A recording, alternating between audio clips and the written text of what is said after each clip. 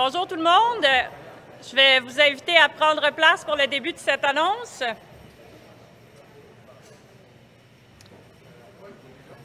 C'est quelqu'un en haut. Je vais attendre qu'il fasse le tour du... il va être rendu dans 2 secondes au bout. C'est maintenant. Alors, bonjour tout le monde. Bienvenue à cette annonce. Je me présente, je suis Marie-Lou Hudon-Huette. Je suis vice-présidente à la location commerciale et au développement résidentiel à la Société de développement Angus. Alors, pour commencer, j'aimerais d'abord saluer les nombreuses présences aujourd'hui. D'abord de l'honorable Soraya Martinez-Ferrada, ministre du Tourisme, ministre responsable de l'Agence de développement économique du Canada pour les régions du Québec et députée de Hochelaga. Madame France-Hélène Duranceau, ministre responsable de l'Habitation. Madame Valérie Plante, mairesse de la Ville de Montréal. Monsieur Benoît Doré, maire de l'arrondissement Le Sud-Ouest de la Ville de Montréal et vice-président responsable de l'Habitation et de la stratégie immobilière au comité exécutif de la Ville de Montréal. Monsieur François Limoges, maire de l'arrondissement Rosemont-la-Petite-Patrie. Madame Émilie Thuillier, mairesse de l'arrondissement Huntsic-Cartierville et membre du comité exécutif de la Ville de Montréal. Madame Anne Saint-Laurent, mairesse de la Ville de Montréal-Est. Monsieur Mario Lapierre, vice-président, service spécialisé chez Desjardins. Monsieur Michel Hébert, président du conseil d'administration de la Société du patrimoine Angus. Madame France Brochu, présidente du conseil des fiduciaires de la fiducie d'utilité sociale Louis Roquet. Monsieur Christian Carini, président et chef de la direction de la Société de développement Angus. J'aimerais aussi saluer Vincent Marissal, député de Rosemont, qui a malheureusement été retenu à l'extérieur pour des raisons hors de son contrôle, mais qui aurait aimé être des nôtres ce matin. Et vous, à tous, chers partenaires, chers collègues, bienvenue à cette annonce importante. On est particulièrement fiers d'accueillir aujourd'hui, sur le site de notre projet fort, le Technopôle Angus, cette annonce. Au tournant des années 2000, le Technopôle Angus est encore une friche industrielle et aujourd'hui, c'est devenu un quartier dynamique, un quartier écologique où se côtoient plus de 3000 emplois, une vingtaine de commerces indépendants, plus de 300 résidences pour les familles, pour les étudiants. Et pour ceux qui nous connaissent moins, le développement de ce projet-là est porté par la Société de développement Angus, un organisme à but non lucratif qui œuvre depuis 25 ans à la revitalisation du territoire. Ici, comme ailleurs à Montréal et ailleurs au Québec, notre objectif, c'est toujours de répondre aux besoins spécifiques que présente un territoire, quel que soit ce besoin-là. Ça peut être des projets de développement d'emploi, des projets culturels, des projets commerciaux, des projets résidentiels. Notre objectif, c'est toujours de réaliser des projets mixtes qui sont centrés sur l'humain et qui valorisent le développement pérenne de la ville. Alors, avant de débuter la période d'allocution, j'aimerais souligner aux membres de la presse qui sont présents qu'il y aura une période de questions à la fin de la conférence. Et sans plus attendre, j'inviterai l'honorable Soraya Martinez-Ferrada à venir prendre la parole.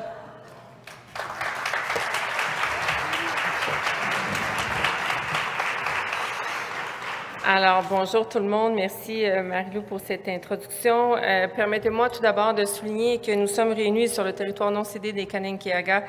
Vous le savez, il est important à chaque fois de reconnaître l'histoire des peuples autochtones qui ont vécu ici, qui vivent encore. Ça fait partie de notre responsabilité à tous que de ce travail de réconciliation. Permettez-moi aussi de souligner la présence de notre chère amie et collègue du Québec, la ministre Duranceau, mairesse Marie-Lou Plante, toujours un plaisir de partager des annonces avec vous. Et le maire de l'arrondissement Huntsic-Cartierville, Mme Thuillier, Benoît Doré, que j'ai le plaisir de faire plusieurs annonces de logement avec lui depuis certains temps, le maire de Rosemont-Petite-Patrie, M. Limoges, et le maire de Rimouski, M. Caron, Christian Carini, et bien sûr la mairesse de Montréal-Est. Merci d'être là, Anne Saint-Laurent. C'est vraiment un plaisir d'être là parce que vous savez, cette crise du logement va se résoudre seulement avec l'ensemble des partenaires et tous les gens autour de la table. Et c'est exactement ce qu'on fait aujourd'hui. On annonce aujourd'hui un projet qui se fait avec le gouvernement du Québec, la Ville de Montréal, la Société de développement Angus. Et c'est la démonstration même que chaque palier de gouvernement et chaque organisation est prêt à mettre la main à la table pour régler cette crise du logement. Comme gouvernement, on s'est engagé déjà depuis 2016 avec la première stratégie nationale de logement à travailler d'arrache-pied pour mettre en place plusieurs programmes et plusieurs initiatives pour cette crise du logement. En novembre dernier, on a annoncé une entente historique. Pourquoi historique? Parce qu'on s'est entendu avec le gouvernement du Québec pour mettre sur pied un programme, qui est le Fonds de l'accélérateur de la construction de logements, dans lequel le gouvernement du Canada a mis 900 millions de dollars et pour lequel le gouvernement du Québec a lui aussi doublé la mise. Ce qui fait que ce programme aujourd'hui au Québec, et c'est la seule entente comme celle-là partout au Canada, elle donne un montant de 1,8 milliard de dollars pour justement accélérer le nombre de logements. Et ça porte fruit. On le voit aujourd'hui. On annonce la création de 1000 unités de logements abordables en collaboration avec le gouvernement du Québec et la Société de développement Angus. Pour ce projet, la Société de développement Angus recevra une subvention de près de 193,5 millions de dollars. Comme gouvernement, on est convaincus que tout le monde mérite un toit, mais qu'on doit tous s'assurer qu'on construit plus rapidement, efficacement, des nouveaux logements dans les prochaines années et partout au Québec. Alors, je suis très contente qu'on puisse faire cette annonce ensemble. Madame la ministre Duranceau, j'allais t'appeler par ton petit nom, tu sais. Excusez. Il fallait que je me rappelle si c'était Duranceau à la fin. Écoutez, on ne fait pas juste une annonce aujourd'hui. On vient récemment, vous le savez, d'annoncer aussi la mise sur pied d'un programme et d'une banque de fonds de terrains fédéraux qui vont être transformés aussi en logements. J'étais d'ailleurs avec mon collègue Benoît Doré pour l'annonce cette semaine. Et c'est pas tout. On travaille pour réduire le coût de construction, pour aider les municipalités à construire plus facilement, transformer la manière dont les constructeurs bâtissent du logement, notamment avec des bâtiments modulaires. Et c'est en construisant plus qu'on va régler cette crise du logement et permettre à tous les Canadiens et Canadiennes, tous les Québécois et Québécoises d'avoir un logement qu'ils méritent. Alors, merci à tous de faire partie de la solution. Merci.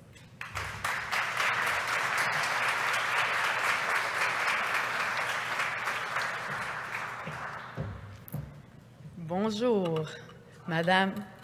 Oui, c'est ça. Alors, Madame Martinez-Ferrada, bonjour. Madame Plante, toujours un plaisir. Monsieur Doré, Madame Thuillier et Monsieur Limoges. Alors, nos élus locaux, Monsieur Caron à Rimouski, je vous salue. Monsieur Lapierre de chez Desjardins et notre illustre Monsieur Iaccarini, président et chef de la direction de la Société de développement Angus.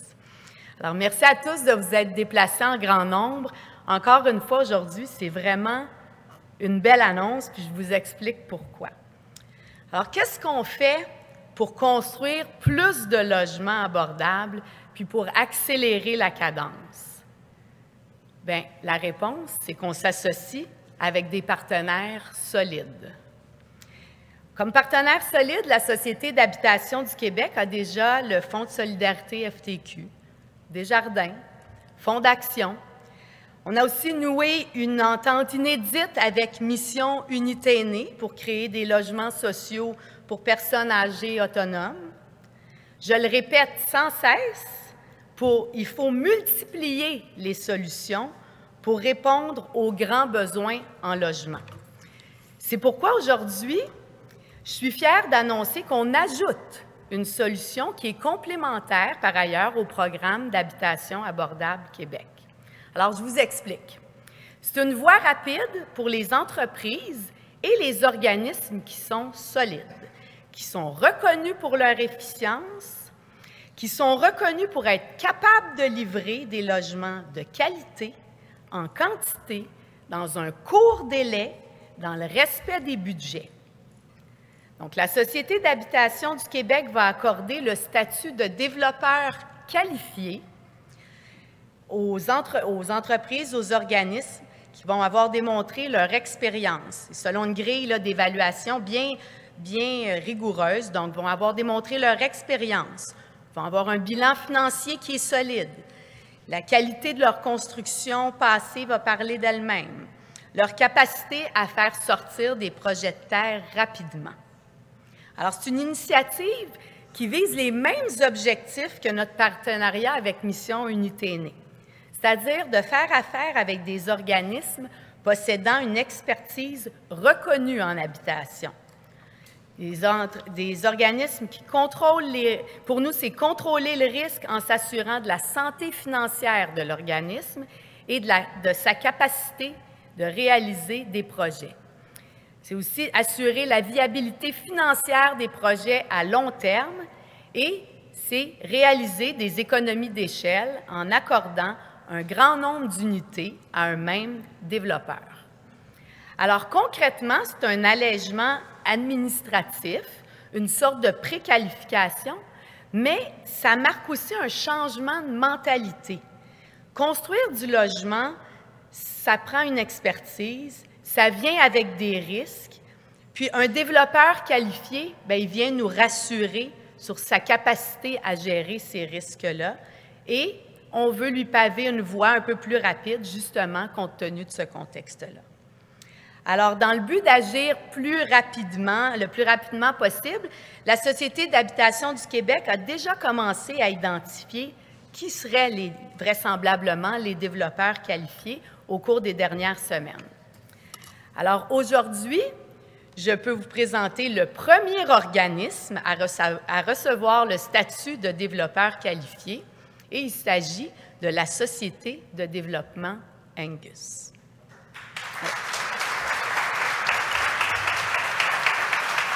Bravo.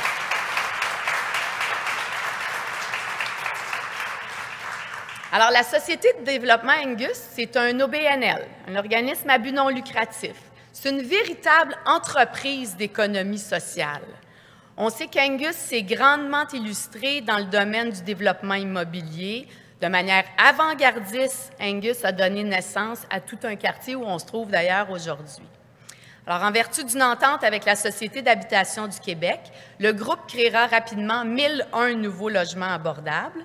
Ces unités à venir seront réparties en 3 projets distincts, dont 2 à Montréal et 1 à Rimouski. Ce qui me permet de rappeler, encore une fois au passage, que les problèmes de rareté de logement et d'abordabilité ne concernent pas seulement la métropole. Alors, je ne vous en dis pas plus sur les projets. Je vais laisser M. Iaccarini vous donner plus de détails. Par contre, je vais vous parler de livraison rapide. Alors, automne 2026 pour Rimouski et Montréal Technopole Angus, puis printemps 2027 pour le futur écoquartier Louvain dans Huntsic. Ça a été dit publiquement, on veut des résultats. Alors, la subvention accordée par le gouvernement du Québec pour ces projets s'élève à environ 193 millions, une somme qui provient, comme l'a mentionné la ministre Ferrada-Martinez, une somme qui provient de la mise à jour économique de novembre 2023 et de notre entente avec le gouvernement fédéral. Alors, on est tous conscients qu'on vit une période d'effervescence en l'habitation présentement. Mardi, j'étais en Gaspésie pour inaugurer des maisons destinées au personnel de la santé, ainsi que pour lancer un appel de qualification à l'échelle du Québec en vue de construire des multilogements hautement préfabriqués. Aujourd'hui, on ouvre une voie rapide, on change la façon de faire et je suis convaincue que ça va porter fruit. D'autres développeurs qualifiés seront d'ailleurs annoncés très prochainement. Et pour tous ceux qui aimeraient soumettre leur candidature, je vous invite à aller sur le site de la Société d'habitation du Québec. Les modalités y sont décrites.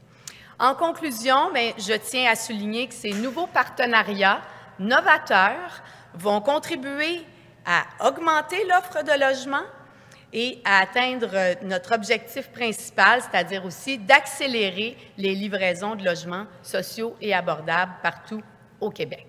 Alors, merci à tous d'y contribuer. Je cède maintenant la parole à la mairesse Plante, Valérie de son petit nom.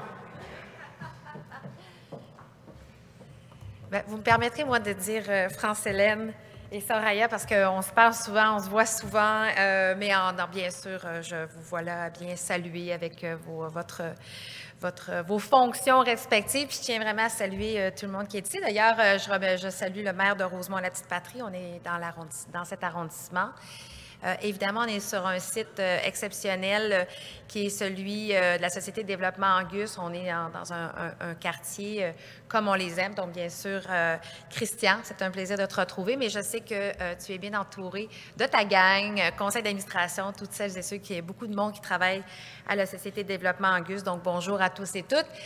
Il y a aussi d'autres maires. Là, je ne renommerai pas tout le monde, mais principalement ici de Montréal, de l'île, mais également, on a le maire de Rimouski. Est-ce que le maire de Rimouski est ici? Non, il est ici. OK, bien, j'allais dire « wow ». Mais aussi, oui, on est nombreux dans la salle parce qu'il y a plusieurs partenaires, institutions financières évidemment, mais partenaires communautaires. Je tiens également à nommer celles et ceux qui travaillent d'arrache-pied pour le site Louvain, qui est un projet dont on est très fiers. Madame Thuillier, la mairesse, qui le porte parce que ça se veut un projet développé par et pour les citoyens, et de voir qu'un projet de logement abordable, qui vient s'y installer, ça montre le sérieux de la démarche. Donc voilà, c'est toujours un plaisir, comme je le disais, d'être avec mes deux collègues du provincial et du fédéral. Quand on sait que quand les trois paliers de gouvernement sont ensemble pour les annonces, bien, en général, ce que ça veut dire, c'est que la pépine s'en vient, puis ça, c'est extrêmement positif. France-Hélène nous a donné les délais, puis je pense que ça démontre bien. En fait, ça ramène à la condition essentielle que moi, je parle souvent, c'est que le plus long, que ce soit pour le privé, mais surtout pour des organismes à but non lucratif, c'est d'attacher le financement. Quand le financement est attaché de part ou d'autre, la pépine part en même temps, puis ça prend à peu près le même laps de temps, mettons 2 ans, dépendamment, bien sûr, des projets, mais ça, c'est très positif. L'annonce d'aujourd'hui, elle est très importante, évidemment, pour Montréal, des 1001 unités. Je me suis demandé pourquoi 1001? Y avait-tu comme un... Ah, tu vas nous l'expliquer. OK, c'est toi, Christian, que ce bout de réponse-là. Un matin, on ne pouvait pas me répondre. Je sais pas pourquoi. Alors, des 1001 unités qui vont être créées au Québec, 677 logements hors marché vont sortir de terre à Montréal, comme on le disait, à Technopole-Angus, mais également dans l'écoquartier Louvain. C'est vraiment une excellente nouvelle. Pour arriver à des annonces comme celle d'aujourd'hui, bien, ça prend tout un travail d'équipe. Je tiens d'ailleurs à souligner le travail de mon collègue Benoît Doré et d'Espina Sourias, qui sont en charge de l'habitation au sein du comité exécutif de la Ville de Montréal. Et donc, le gouvernement du Québec et le gouvernement fédéral aient choisi Montréal, c'est parce qu'on est un partenaire qui a l'habitude de construire. On a construit beaucoup dans le passé. Je dis « on », je le répète aussi, Montréal n'a pas de pépines, mais on a des partenaires solides qui, eux, savent les conduire et creuser. Donc, pour moi, c'est un gage de confiance et ça démontre qu'une volonté commune, je pense surtout que c'est ce que je veux que les citoyens entendent, une volonté commune de construire plus. Et moi, ce que j'ai envie de vous dire, construire plus vite, protéger le plus d'unités existantes, mais construire, s'assurer qu'il y ait de la mixité, de la mixité, de la mixité, de la mixité. Parce que si on ne fait que construire sans se préoccuper du portefeuille des Montréalais, des Montréalaises ou des Québécois, Québécoises, bien, à un moment donné, l'écart de richesse va se creuser de plus en plus. Puis je pense que comme société, c'est pas ce que l'on souhaite. On le sait, depuis quelques années, c'est difficile pour se trouver, c'est de plus en plus difficile de se trouver un toit au-dessus de notre tête. La crise du logement qui perdure, qui a commencé il y a plusieurs années, combinée à une crise des vulnérabilités, combinée à des taux à l'inflation galopante, bien que ça tend à redescendre tranquillement. On n'est pas sorti de l'auberge. Donc, c'est positif de voir des projets comme ceux-là.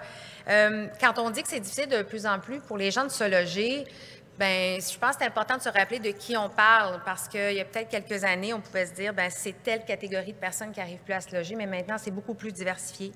C'est souvent à Montréal des couples qui ont déjà un enfant puis qui en attendent un deuxième, puis qui se disent, bien, je peux plus me payer, je suis pas capable d'avoir une chambre de plus, de déménager puis avoir une chambre de plus. Et ça, c'est dommage parce qu'on veut, une ville on veut pouvoir y naître et grandir, y travailler, y vieillir.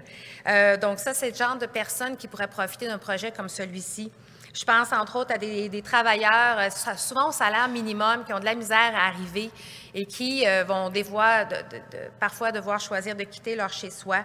Je pense aux aînés, et ça, c'est quelque chose, je pense, qui nous touche toutes et toutes particulièrement quand on sait que de plus en plus d'aînés, étant donné qu'ils ont comment dire, pas un salaire, mais un montant fixe, avec l'augmentation des coûts du logement, vont se retrouver souvent dans des soupes populaires pour pouvoir manger ou encore, pire, dans des refuges parce qu'ils ont été soit évincés ou ils n'arrivent pas à garder leur maison ou leur loyer. Je pense que ça, c'est d'une grande tristesse. Et finalement, bien, je pense que dans tout ça, on veut aussi soutenir les personnes plus vulnérables. Je parle entre autres de logement social ou le plus bas là, du logement abordable pour pouvoir soutenir l'ensemble de la population. Donc, je le répète, oui, plus de logements, oui, plus vite, mais également plus de mixité. Et cette annonce-là s'inscrit directement dans cette lignée. Je veux rapidement juste dire que pour le signe de confiance et l'annonce d'aujourd'hui avec le nombre d'unités qui va être mise de l'avant, c'est grâce à un partenaire privilégié qui a construit beaucoup, qui a démontré sa capacité à livrer. Et j'aime penser aussi que c'est en raison de plusieurs mesures que la Ville de Montréal a mis en place au cours des dernières années, surtout la dernière année, parce qu'on savait qu'il fallait encore plus donner faciliter les mises en chantier. On est très fiers d'être la première ville qui a mis en place, d'ailleurs, la réforme, le projet de loi 31, lorsqu'il a été adopté, pour pouvoir adapter nos règlements, être plus agile. C'est aussi quand on met de l'avant des objectifs comme atteindre 20 de logements hors marché dans les 10 prochaines années, en passant par des sites comme Hippodrome, en achetant des terrains pour pouvoir les revendre à bas prix. D'ailleurs, c'est le cas pour Louvain, pour s'assurer qu'il y ait du logement social. Et finalement, ben, c'est on l'oublie souvent, mais pour chaque dollar investi par le fédéral ou le provincial en habitation pour un nouveau projet, la Ville de Montréal rajoute 40 cents. Donc, 40 cents de plus par $1. Donc, il y a aussi des terrains, mais il y a aussi cette contribution financière directe. Dans ce cas-ci, on parle d'à peu près à peu près 50 millions de dollars. Je ne vais pas aller plus loin, mais ce que je veux juste dire, c'est que les Montréalais et Montréalaises peuvent voir que tout le monde soulève chaque pierre. Le fédéral soulève chaque pierre, le provincial le fait, la Ville de Montréal le fait, les partenaires. On essaie vraiment de réfléchir à l'extérieur de la boîte au niveau des réglementations, au niveau des enveloppes, au niveau des outils, au niveau de comment on vient renforcer nos partenaires, parce que ça, je tiens à le mentionner, la Ville de Montréal, on a établi des ententes cadres avec, entre autres, le groupe utile pour pouvoir leur permettre d'avoir cette force aussi, comme la Société de développement Angus, c'est pas pareil, mais c'est cette idée de venir renforcer la capacité de nos organismes, des organismes à but non lucratif qui font un travail exceptionnel, mais qui ont peut-être souvent moins la marge de manœuvre financière. Alors, je m'arrête là-dessus en disant que pour tous les types de populations, on ne lâchera pas. Et que les Montréalais, encore une fois, peuvent compter sur la Ville de Montréal, mais aussi sur l'ensemble de l'écosystème, parce qu'on est mobilisé. Une ville où on sait loger notre monde, c'est une ville qui demeure dynamique, attractive, puis c'est ce qu'on souhaite pour la Ville de Montréal. Merci beaucoup.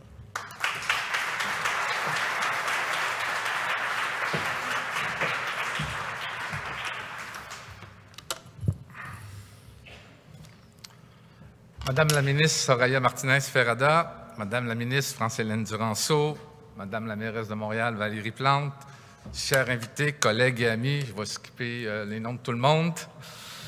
La Société de développement Angus est née d'une crise au milieu des années 90, soit celle de l'emploi.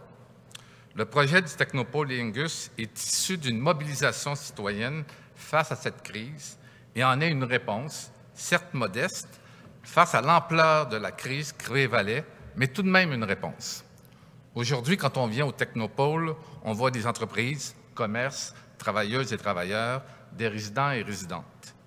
Mais pour en arriver là, alors que les terrains Angus étaient contaminés, sur un territoire où on retrouvait 20 de chômage, il fallait vraiment penser en dehors de la boîte, surtout quand cette boîte se trouvait dans l'est de Montréal, qui subissait une crise de désindustrialisation et de chômage. Aujourd'hui, nous vivons d'autres crises, une crise du logement et une crise climatique. Très humblement, nous souhaitons apporter une contribution, une petite réponse à ces deux crises.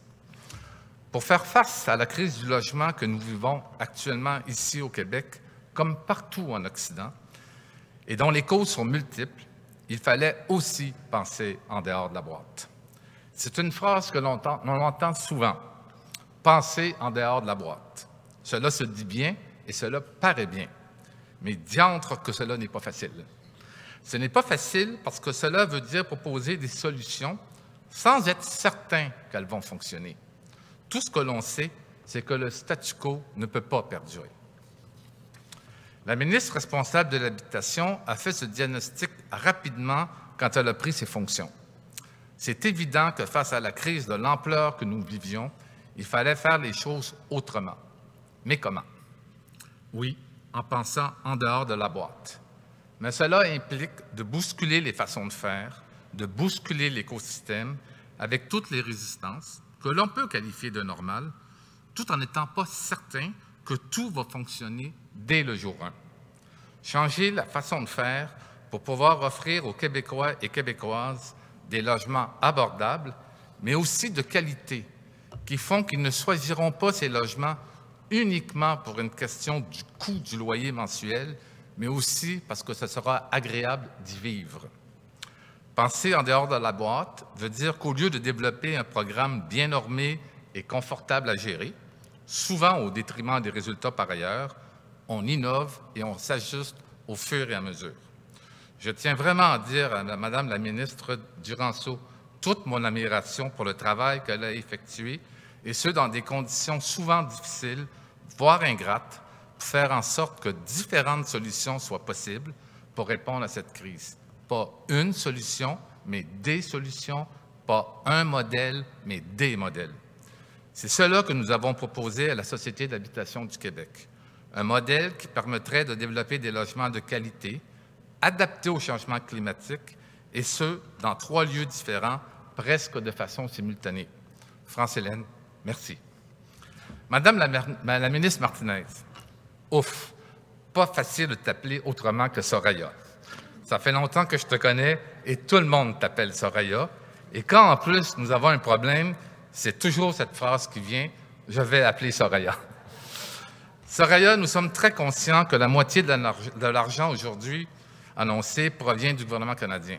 Je tiens à remercier le gouvernement canadien pour cette contribution et surtout pour avoir conclu une entente avec le gouvernement du Québec pour rendre cet argent accessible plus facilement et rapidement.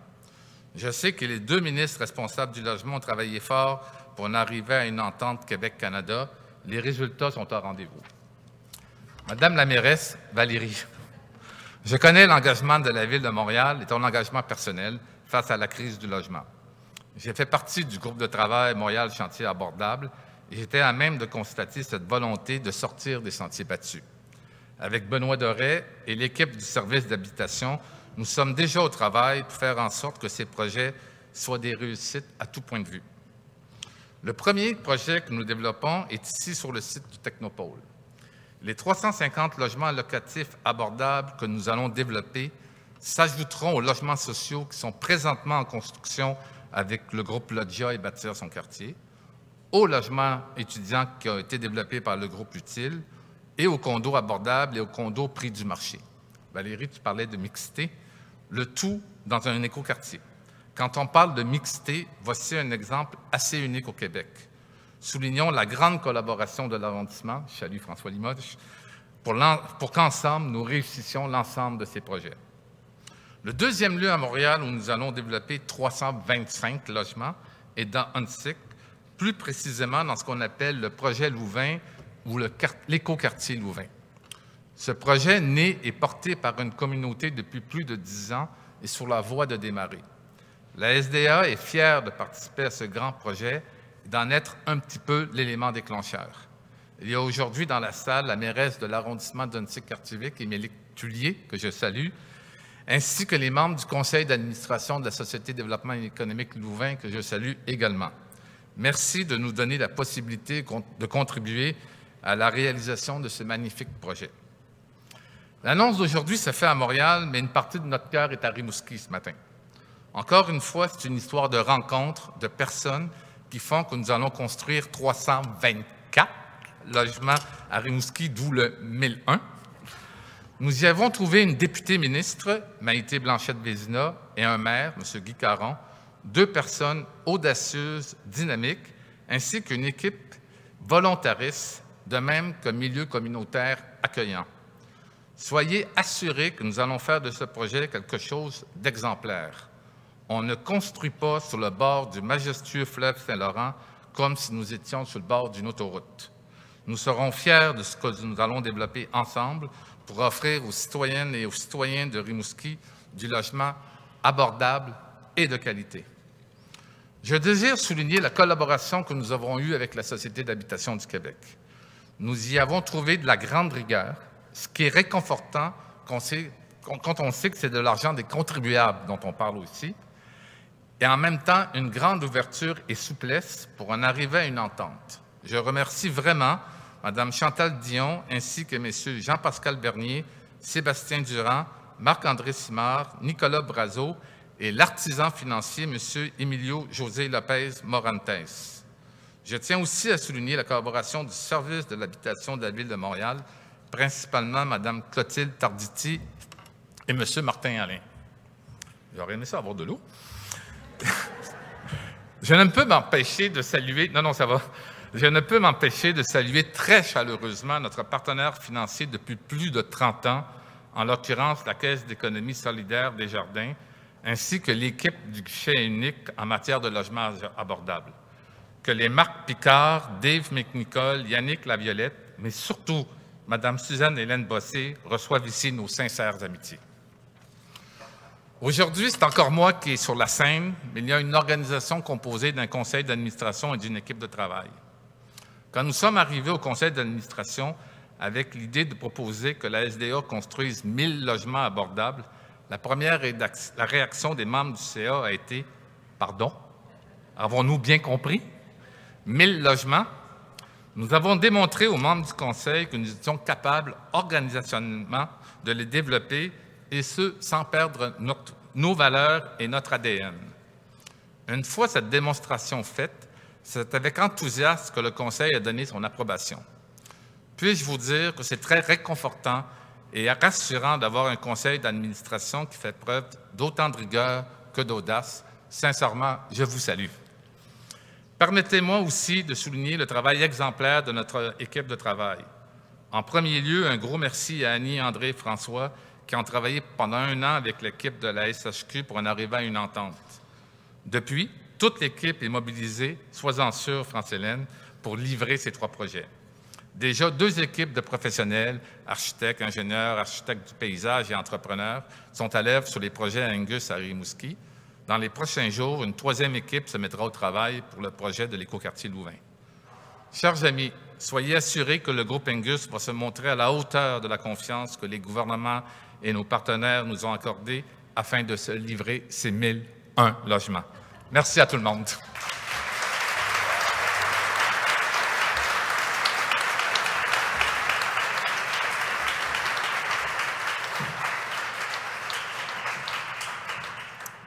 Merci beaucoup. On va maintenant passer à la période de questions pour les médias. Donc, je vous inviterai à vous rendre au micro qui est juste derrière les caméras au centre. Donc, commencez, s'il vous plaît, comme à l'habitude, avec votre nom et votre média. Une question et une sous-question par média, s'il vous plaît, puisque vous êtes plusieurs. Et sur le sujet du jour, bien évidemment. Donc, j'inviterai les dignitaires qui ont pris la parole à revenir sur scène.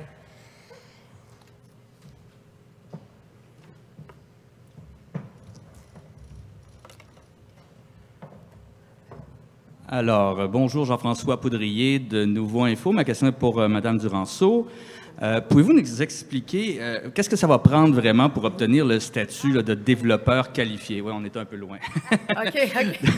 Qu'est-ce que ça va prendre pour avoir le statut de développeur qualifié? Bien, on a...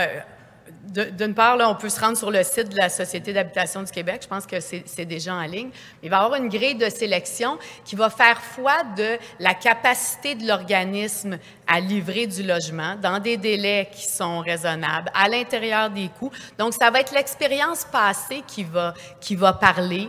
Ça va être l'équipe de gestion. Ça va être le conseil d'administration puis la bonne gouvernance. Ça va être le bilan financier de cette entité-là parce qu'on veut s'assurer que les gens qui viennent nous voir avec ce statut-là, là, ou à qui on donnera ce statut-là, sont capables de livrer. On va gérer nos risques parce qu'on va travailler avec des des groupes qui sont solides. Alors, c'est ça l'objectif. Pourquoi c'est important de développer cette nouvelle voie rapide si on a déjà le programme d'habitation abordable Québec? Qu'est-ce qui était important de changer? Bien, on multiplie. Le programme d'habitation abordable, d'ailleurs, on continue de fonctionner avec les normes qui sont à l'intérieur du programme au niveau des grilles de revenus, des grilles de loyer. Donc, il nous sert de base aussi pour déployer ces nouvelles ententes-là. Mais c'est important, les besoins sont trop grands pour isoler des sommes d'argent un peu partout avec des développeurs qui n'ont pas l'expérience, qui n'ont pas toujours l'expérience pour livrer des projets ou un nombre d'unités important. Alors, on veut s'assurer de s'adjoindre les bons partenaires qui vont nous permettre d'aller plus vite. Merci. Bonjour, Gabrielle Proulx de Radio-Canada. Madame Duranceau, qu'est-ce qui nous garantit que ces développeurs qualifiés-là vont respecter les délais, qui vont être efficaces? Bien, écoutez, c'est sûr que si on n'essaye rien, il ne se passera rien. Hein? Alors là, on a des partenaires comme Fonds d'action. On a des ententes contractuelles qui nous disent notre contribution, c'est ce montant-là, puis toi, ton engagement, c'est de livrer dans les délais, dans les coûts, avec l'enveloppe qu'on a donnée. Il n'y avait absolument rien comme ça dans nos ententes par le passé, puis on a vu ce que ça a donné. Beaucoup de projets qui ont traîné trop longtemps. Là, on vient mettre de la rigueur dans la façon de procéder. Moi, j'ai confiance que ça va porter fruit. Mais outre la réputation en tant que telle de ces partenaires-là, est-ce qu'il y a des pénalités si on ne respecte pas les délais? Est-ce qu'il y a des conséquences? Il y a des conséquences très certainement au niveau réputationnel. Il y a des clauses financières qui sont aussi prévues dans les ententes pour s'assurer que ce qui est écrit va être respecté. Et je pense que c'est un grand pas. Merci. Est-ce que je peux poser une question à Mme Plante? Oui, donc sur le dossier de l'ARTM, en fait, deuxième appel d'offres, est-ce qu'on peut aller là-dessus? Juste un petit commentaire, en fait. Excusez-moi, si mon attaché de presse était plus proche, elle le prendrait, mais on va vraiment, étant donné par respect pour mes collègues, puis pour la salle, on va garder ça sur le sujet du jour. Bien, j'ai une question sur le sujet du jour. Oui, allez-y, bien sûr, je vous écoute. Quelle sera la somme accordée par la Ville de Montréal parce qu'on comprend que l'entente Québec-Canada, c'est 50 %, donc la Ville de Montréal, vous donnez combien? Oui, bien, dans le cas d'Angus, évidemment, c'est un terrain qui appartient à la Société de développement Angus. Par contre, quand on est sur le site Louvain, c'est un site qui appartient à la Ville, et donc, ce qu'on fait dans ce temps-là pour s'assurer qu'il y ait du développement du logement social ou abordable, on va le revendre à un prix très acceptable pour faciliter tout ça. Et comme je le disais, financièrement, à chaque fois qu'il y a des investissements des autres paliers, là, j'utilise le 1 $, la Ville de Montréal, nous, on met un 40 cents de plus pour chaque 1 $ qui est mis en place. Donc, dans ce cas-ci, on parle d'un peu plus de 50 millions de dollars pour les projets. Merci. Bonjour, Audrey Gagnon pour TVA. Question simple peut-être, c'est quoi un logement abordable en 2024? Le coût par mois, par exemple? Est-ce que c'est pour des familles? Est-ce que c'est pour des personnes seules? On va construire des 3,5, des 4,5? Je ne sais pas qui peut répondre à la question. Écoutez, à l'intérieur du programme d'habitation abordable, quand on parle de logement abordable, c'est qu'on vise à ce que la clientèle ne paie pas plus que 30 % de son revenu en loyer.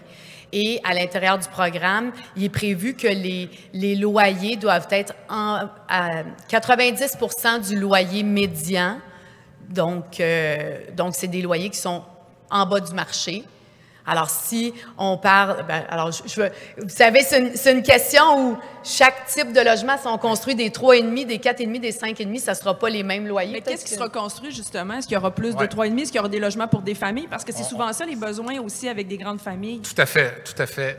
Sur la fiche qu'on vous remet, vous avez les détails. Grosso modo, là, à quelque près, c'est un tiers, un tiers, un tiers. Une chambre à coucher, 2 chambres à coucher, 3 chambres à coucher. Grosso modo, les loyers varient entre 1 090 et 1 250 d'une chambre à coucher, 3 chambres à coucher.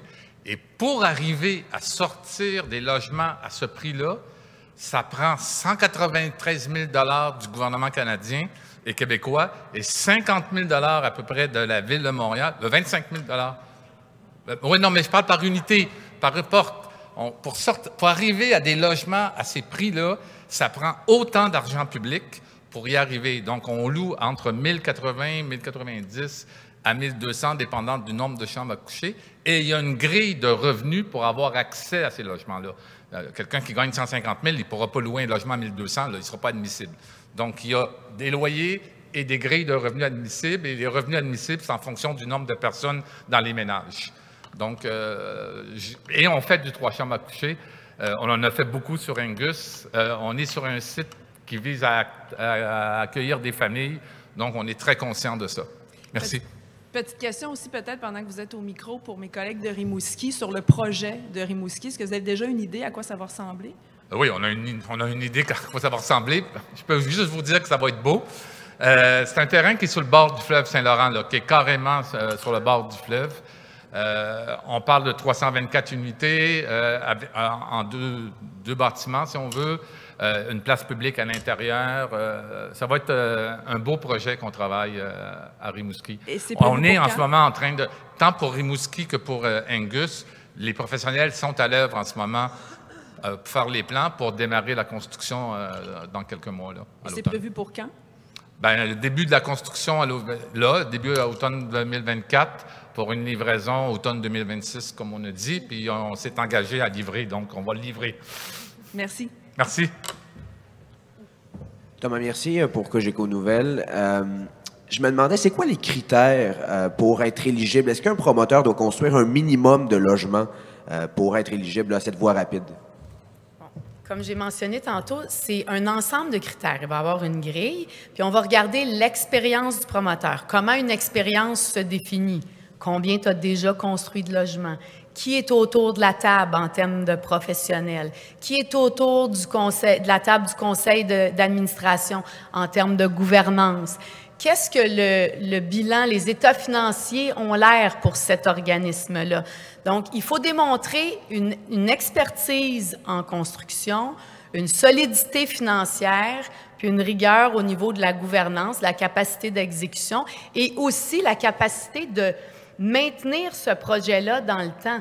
Le projet doit demeurer abordable pour 35 ans, puis c'est important qu'au bout de 15-20 ans, on ne se fasse pas appeler pour dire « Hey, sais-tu, on l'a mal entretenu parce qu'on n'avait pas l'argent. » Alors, c'est un ensemble de critères de ce type. Mais là, ici, on construit 1001 logements. Est-ce qu'il y avait un minimum à construire? Est-ce qu'il y a un minimum à construire dans les différents projets que vous allez financer? Là, on veut être dans l'agilité, la flexibilité, accompagner les bons développeurs pour livrer.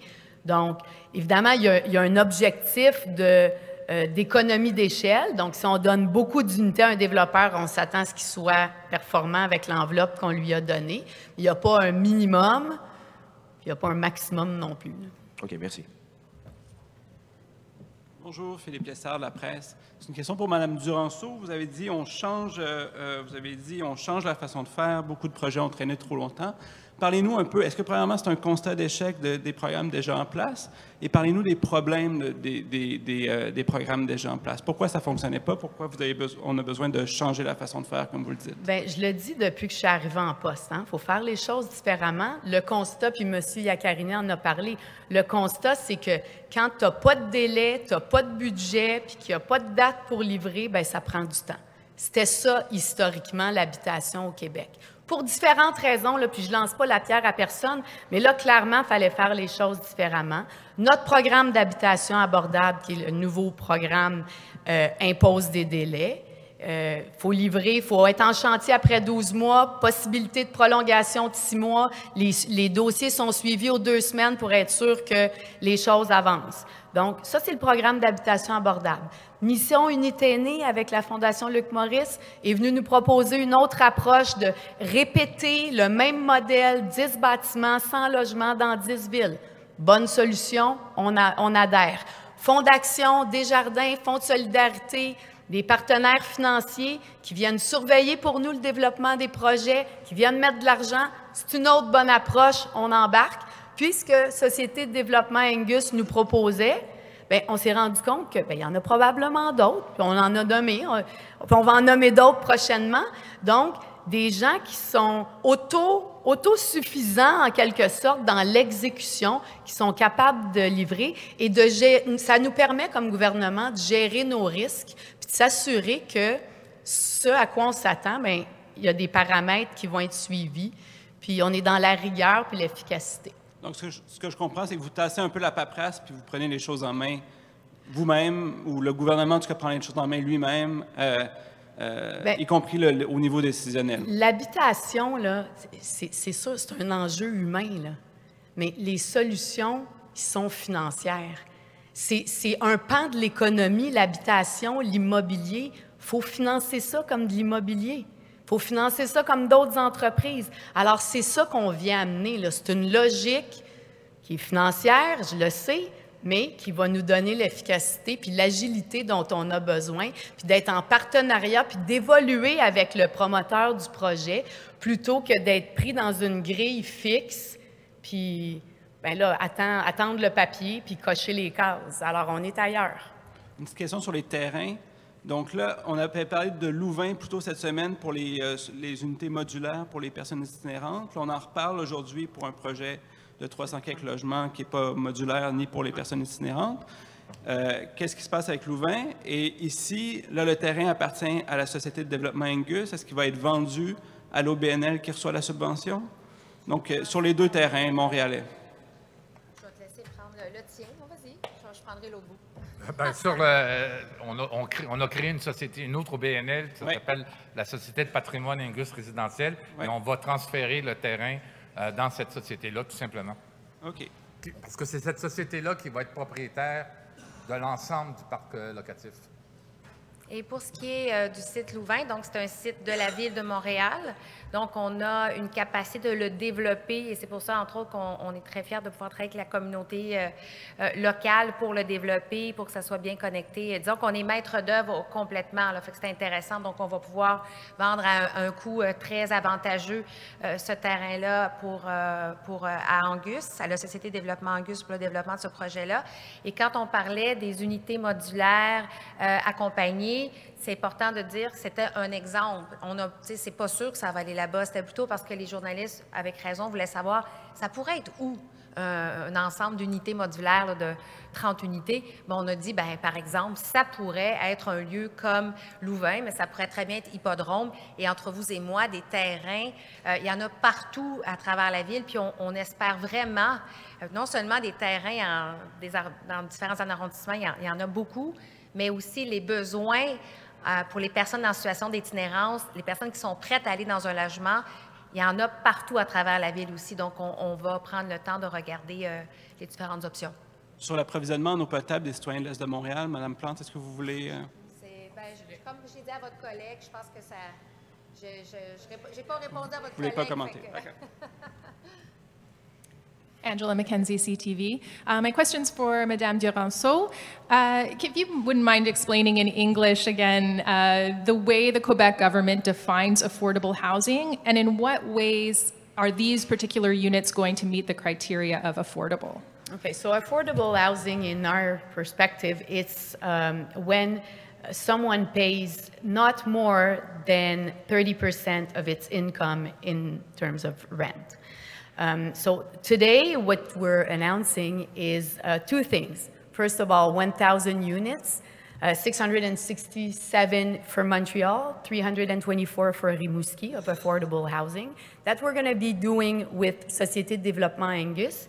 And also the big news today is that new concept of pre-qualified developer that will, so it's a partner that we can trust that is able to deliver housing within time and on budget, and that has shown that it has experience, that has proven by prior projects that they can deliver, that they have a strong financial position, that they have the right governance, the right people around the table. So the government this way really mitigates its risk that the projects are not going to go forward. So we're very happy about this new way of thinking. Can you explain a little more about why it was necessary to make that change and go forward with a fast-track program? Yeah, well, the former projects didn't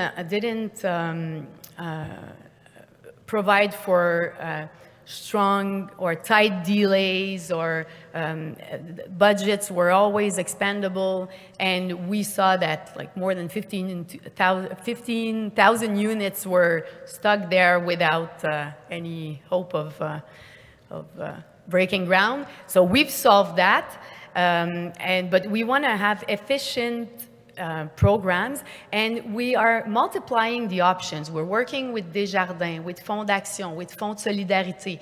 They bring expertise, they bring money, they manage the projects for us. We work with Mission Unité Aînée from Luc Maurice, also 10 projects, 10 cities, 100 units each. So that's another way of doing it. And now with Angus, it's a new model with pre-qualified or qualified developers, and I think it's going to have a significant impact. Is it possible to hear from Mr. Iaccarini as well, just about what the rental costs will be for these units and when they'll be complete? Je vais demander à Marie-Lou. Marie-Lou, t'es où? Mon anglais, il est... OK, je comprends. OK, mais... Il y a Patty? OK, c'est correct. Je vais juste prendre le français. Merci. Oui, juste une petite question rapide. On parle de 1001 logements aujourd'hui. Est-ce qu'il y a un objectif qui a été pensé pour cette voie rapide-là? Est-ce qu'on vise d'autres projets comme ça? Madame Duranceau, peut-être sur...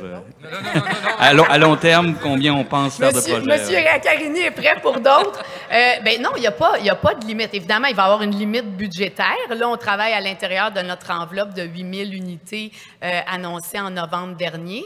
Mais c'est des outils qu'on donne. Il faut penser différemment. Alors, évidemment, il y aura toujours besoin de dollars, de sous, mais on a surtout besoin de travailler différemment pour être plus efficace. Alors, c'est ce que ça vient donner. Shiroz Rove with CBC News. I guess, Madame Duranceau, if I could just get you to repeat the numbers of this project. So the amount of funding, the number of units, where they will be, and what the timeline for this project is in English, please. Yeah, so this project is 1,001 units. Total project for those 1,001 units is $452 million. The Société d'Habitation du Québec is putting in $193 million, and the money comes from half from the government of Quebec, the other half from the federal government. Desjardins is putting in $180 million as a loan. And the City of Montreal, $52 million. City of Rimouski, $24.4 million. And this is a project for affordable housing specifically. We've been speaking to organizations that work closely with those vulnerable families who are most impacted by the housing crisis. They've voiced the need for social housing projects over affordable. What was the thought behind this decision of focusing on affordable housing instead of social? It's a very good question, and thanks for raising it. All the people that will be residing in those units, if they're eligible based on their revenue, can receive the programme de supplément de loyer. I don't know and in this case, the subsidy allows them not to pay more than 25% of their income in rent. So this subsidy transforms the unit, in other words, into social housing. And Angus is a non-for-profit, so it's units that are not subject to any speculation. Okay, and maybe this is a question for Mayor Plante. How will this new program, attract developers? Because there have been situations in Montreal where we have seen lots sit empty. For example, the mini-putt golf course on Laurier Est and Papineau. So how will this be attracting developers?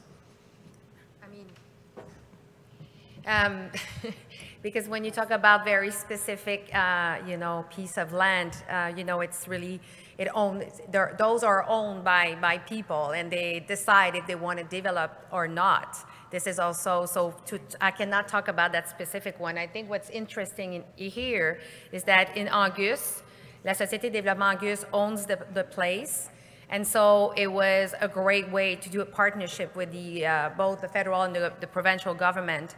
And for Louvain, it It belongs to us, and we have the will, and that's why we want develop as much as possible those public lands that belongs to Montreal, so we can make it easier for everybody. But then after that, I mean, it's always, I mean, I can give you tons of example, whatever it's l'îlot voyageur, or in Molson, where we had private builders or constructors that were willing, they wanted to develop it. And so in other cases, sometimes they just, I don't want to say it's always like that, but sometimes they could be just sitting on the land waiting for something, or maybe for more value for their land. So maybe we can do a follow-up about that specific one, because I don't have all the details if you're interested in this particular one. I guess a follow-up for that in general, in terms of just the criteria that developers will be considered for by the Société d'Habitation du Québec. Right. Does having land or already owning private land that the city or the province is interested in developing also count as criteria that the Société d'Habitation would be interested in? Well, it could be one of the things, but mainly we want to work with developers that are strong financially, that have a good governance, that have shown that they can deliver because of prior projects. If they own land, perfect. So that speeds up the process probably. So it could be relevant. Okay, thank you. Merci. Donc, c'est ce qui met fin à la conférence de presse pour aujourd'hui. J'inviterai tous les dignitaires là, à revenir sur scène pour une photo officielle. Juste derrière. Parfait. Merci.